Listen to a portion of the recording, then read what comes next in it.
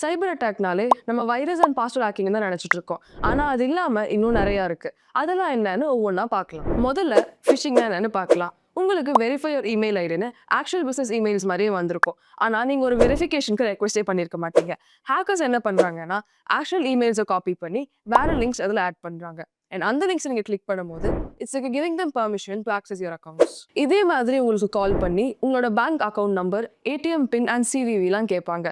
இதுக்கு பேர் தான் விஷிங், அதாவது வாய்ஸ் ஃபிஷிங்.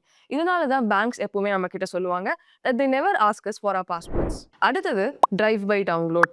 ஒரு சஸ்பிஷியஸ் வெப்சைட் நீங்க என்டர் பண்ணும்போது உங்க பெர்மிஷன் இல்லாமலே அவங்க ஆட்டோமேட்டிக்கா மால்வேர் அண்ட் வைரஸ் ஃபைல்ஸை இன்ஸ்டால் பண்ணிடுவாங்க. இந்த மாதிரி சைபர் அட்டாக்ஸ் உங்களுக்கு வந்தா be aware of them. Follow this page for more such informative tips.